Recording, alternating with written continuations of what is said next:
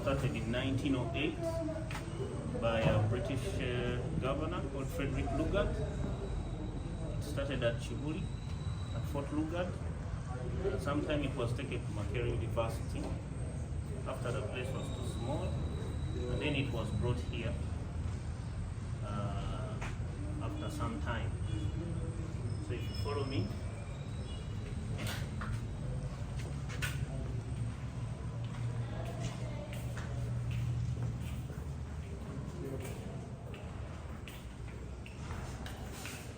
so I have a section on this side, the independence procedure of science and industry, we have the number system, music and Stone Age. And I think we shall start from this side.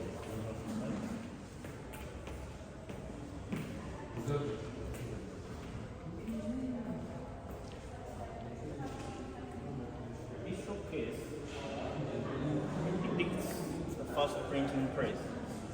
It was brought by Alexander Mackay. It was used to print the first Bibles and books in Uganda. And these are some of the examples of the Bibles they used to print in our local languages. We have Catechism, which is Catechism for Catholics. We have Linia Katonda, which is the religion of God in English.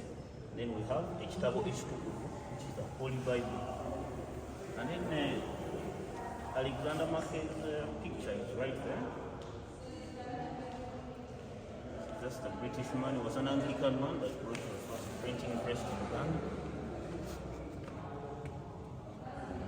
And then these three pictures right here depict our dress code. So before the Arabs, the Europeans, before colonialism, pre-colonially, we used to dress with back cloth. It was straight back that was pulled off a vule tree, which is a ficus tree in English, and then hammered out into a thin fabric that we could use to wear or cover ourselves with. Today it's still relevant culturally and it's still used for various ceremonies. So we go on to this section.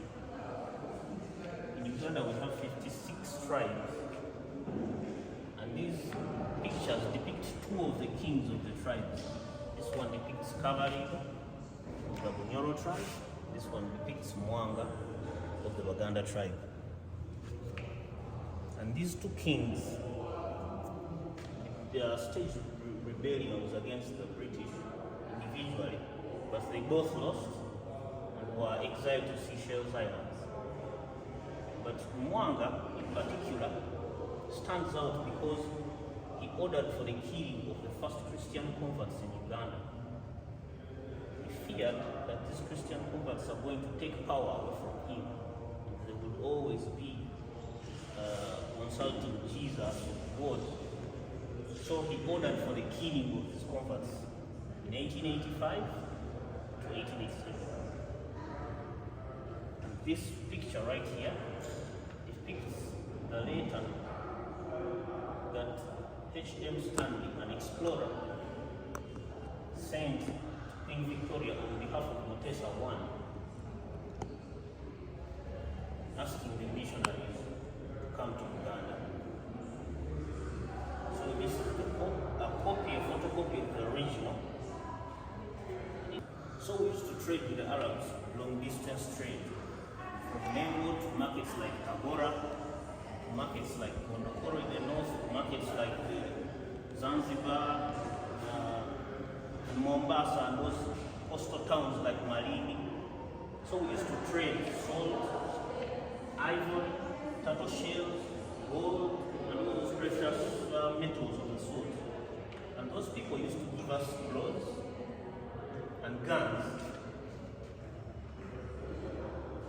And then we used to use cowrie shells as money before.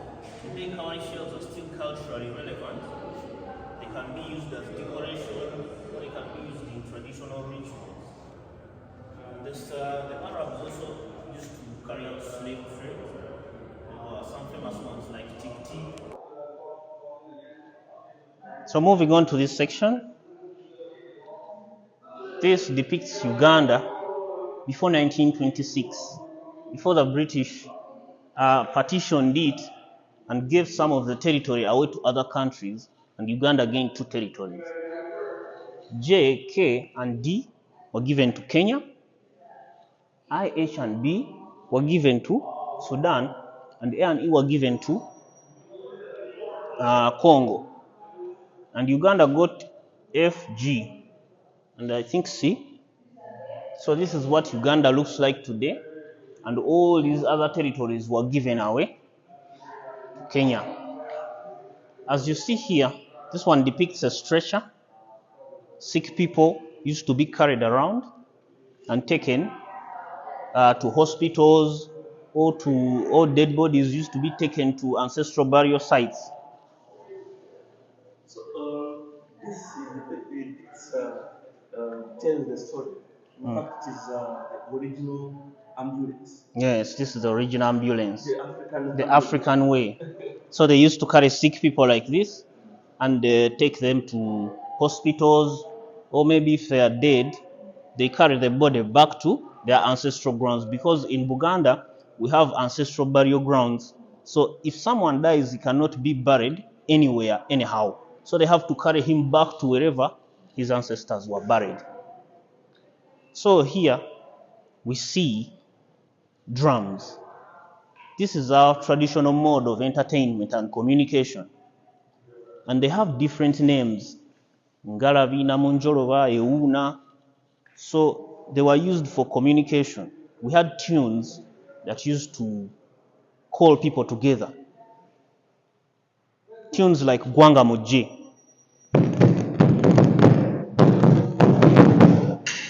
So we had all other tunes that used to call people for community work.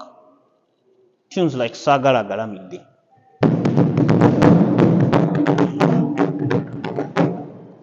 So if people heard these tunes, they knew what it meant. And after these tunes were heard, people would be called into action to go and do whatever the work was, or to go and listen to whoever was going to speak. And in this section right here, depicts most of the people back then. You have heard of ancient civilizations like the Mayans, or the Aztecs, or the ancient Greeks or Romans, or the ancient Egyptians. So in this country, Uganda, we had the Bachwezi. This was thought to be demigods, and they are the people that started pottery, ironworking. They introduced board games. So it is more sort of a lost civilization. But the people believe that these were demigods, that they appeared and disappeared.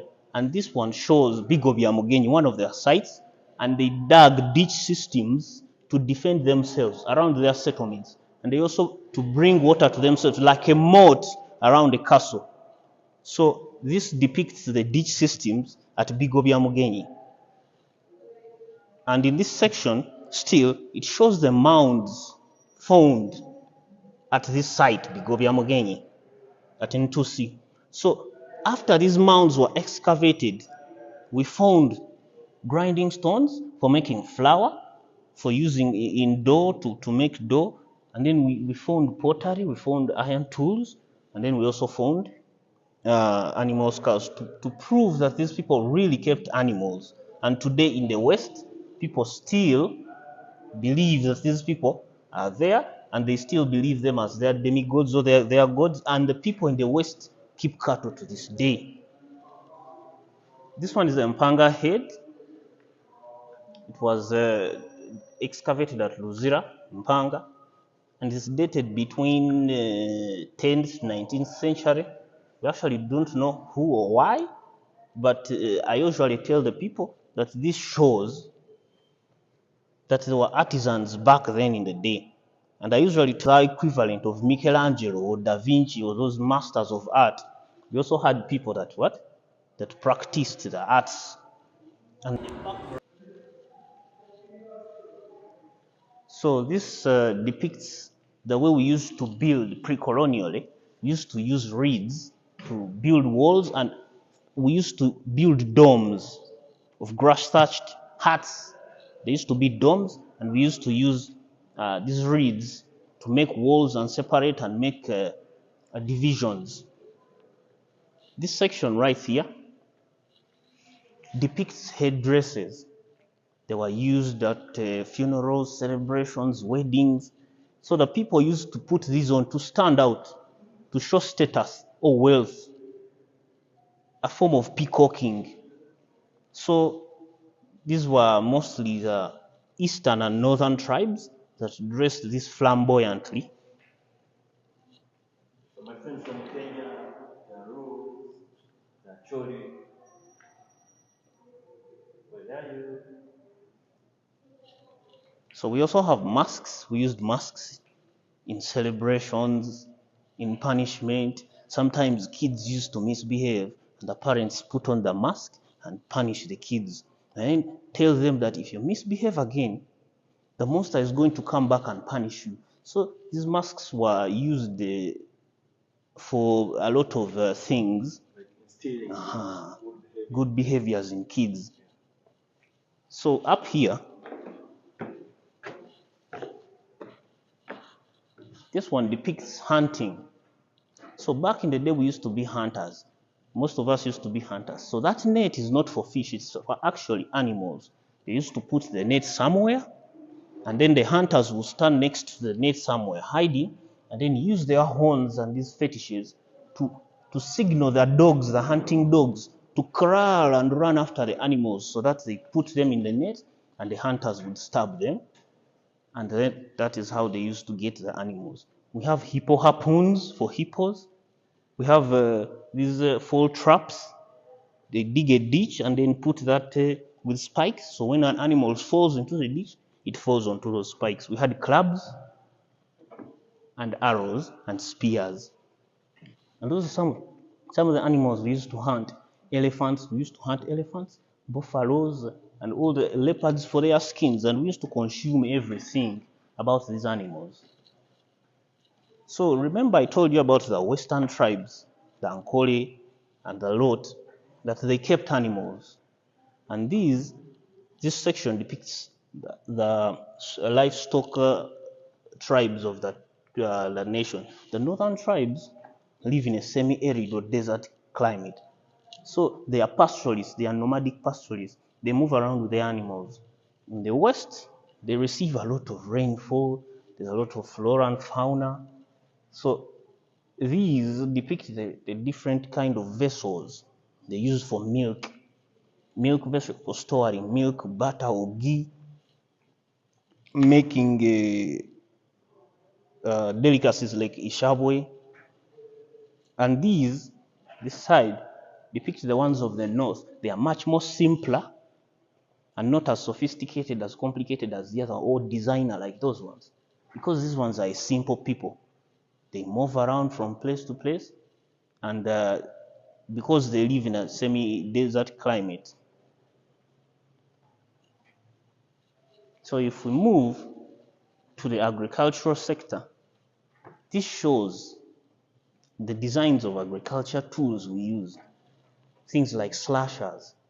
These are the designs that used to be there according to the Uganda, according to the Chiga tribes. Look at the rake. Look at the axe design. And the other peak used to split these lava boulders. We use these today to scrub the bottom of our feet. And these are hoes for digging, according to the Chiga, the Kigezi people, according to the Langi, and according to the Lugbara. These are for digging. A staple food, mostly in the central and the west, I think, is matoke, bananas. So these depict like charms from rainmaking. If you see the picture up there, the people are trying to invoke the gods, to call onto the rains. I told you we have a pantheon of gods. And gods like Musoke, which literally means the rainbow. He's the god of rain. So they used to invoke him to call onto the rains to come. And I think up here, we have pottery.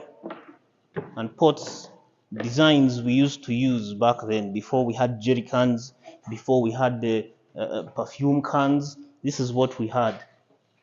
So the big pots for storage, they're used for storage, and these ones are used for carrying water. You go to the well, you pick water. These ones are for cooking, for serving milk, food, and then we have ones for fumigating. You pick some herbs, put in there, and light on fire. That smoke will kill the bugs hiding in those reeds, and then also perfume the house. So this section depicts pottery, and we used to make pots by collecting clay, rolling it into a cylinder, a long cylinder, and then coiling to make the desired shape of the pots. And we used to add designs like this. So these are all products of clay work or pottery. And here, basket making. We used to use things like sisal papyrus to make these raffia, to make these baskets, done by coiling and turning around these coils to make a sturdy basket. And this one represents woodworking. To make flasks like the others of carrying milk, they used to make them out of wood. They carve them like a sculptor carving a marble piece. And this one represents backcloth. Remember, pre-colonially, we used to wear backcloth from the ficus tree. They remove the bark, they continue beating it down with these hammers. Yeah, the wooden mallets. They keep on beating it until it was fine enough and thin enough to be worn. And this side shows leather. People used to keep skins. They wore them. They used them for making sandals. And this one is an elephant hide, rather than a baby carrier. So people used all these for their day-to-day work. So nothing on an animal was really wasted. So that section depicts transport. This is a door used by the Arabs to take goods from East Africa to Asia using monsoon winds. They were seasonal. And back in Africa, we used canoes. So they were paddle canoes.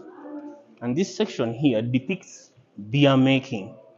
Sorghum and millet used to make marwa in the east and the north. And in central, we used to make mwenge banana beer. And then this section for recreation, smoking. People used to smoke, and these are the designs of the smoking pipes according to the different tribes. You see some of them made from calabash, bamboo. They used to smoke tobacco, hemp, and all those other things.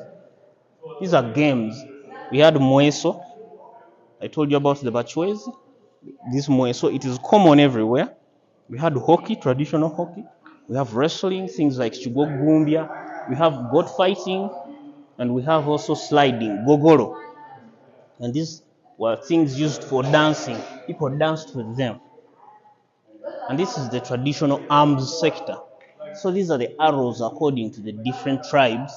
And these are quivers where these arrows used to be kept. And these are the bows. And then the handheld spears. There, fetish, and they used to put on these fetishes. So these are the arms comparing to different. So this is the arms section. But these are swords or knives, handheld, and this is a sling and clubs. If you have seen David and Goliath, that's a sling. So medicine, most of our health, it depicts charms that if you kept this on you, bad luck will stay away from you. And then it depicts other charms and the diagnosis to diagnose what is really wrong with you. Most of these were superstitious, but you also had surgery. That when you had a boil, they would pop it and then use that small horn to suck whatever is inside out. So this is traditional architecture. It shows Buganda tombs, the Kabaka tombs in Kasubi, and this one shows the Hima house, the Western tribes. This is how they used to build. This one depicts the tombs in Bunyoro, where the Omukama is buried. So this is how we dress today. Even up to today, yeah. This is a traditional wear. If we are going for traditional ceremonies, the men will wear that, and the women will wear this. And then these are ornaments worn beads in the waist, beads in the hands, anklets, and bracelets, and it depicts a Karamajong woman carrying a baby, wearing her skins. And this is a goddess or a demigod, Nakaima, and she is said to have been a Muchwezi, married to Ndahura, also a king, a Muchwezi. So her shrine is at Mubende, and her witch tree is still there today. She used to give barren women babies, and people still worship her today. And this is the evolution of the back cloth. Remember, today people are afraid of it because we use it mostly for burial, because it mummifies the body. So back cloth was worn, but this is how it has evolved fashionably. This section depicts stools among the different tribes. Back then, men used to sit up and women used to sit down on their mats. And these are the different stools according to the different tribes. This one, the northern tribes can even sleep on it, put their heads on it, or sit on it. This one depicts iron working. So they pick these stools and then they pump air. They use them for pumping air into the furnace to burn whatever ores they want to make these iron tools and then shape them accordingly. And this one depicts salt in Katwe and Chibiro. And this is how salt was wrapped up before it was taken for any trade. So this made it easier to carry this salt around. And this one depicts fishing. They used these baskets to trap these fish in current flowing water. So they just lift the fish out, or they used hooks. Or if the water was clear enough to see what you were throwing a spear at, you could use a spear. Thank you very much for that wonderful explanation. Yeah. Tour around the Uganda Museum, and I know there are people out there who have never been to this place. Yes. Can you tell them what information do you have? What message do you have? If someone has never been here, why should make it to Uganda Museum? I think they should come here to explore the tradition and the cultures of the people of Uganda. We still have so many things that we haven't seen, but if you come here, you'll get a chance to witness, to see what the people of Uganda ate, what the people of Uganda, how they built like in real life. So I advise you to come to the Uganda Museum and see for yourself, witness culture, and you will have a good time. So that is my message to the people. My name is Emmanuel Sevina, and see you at the Uganda Museum.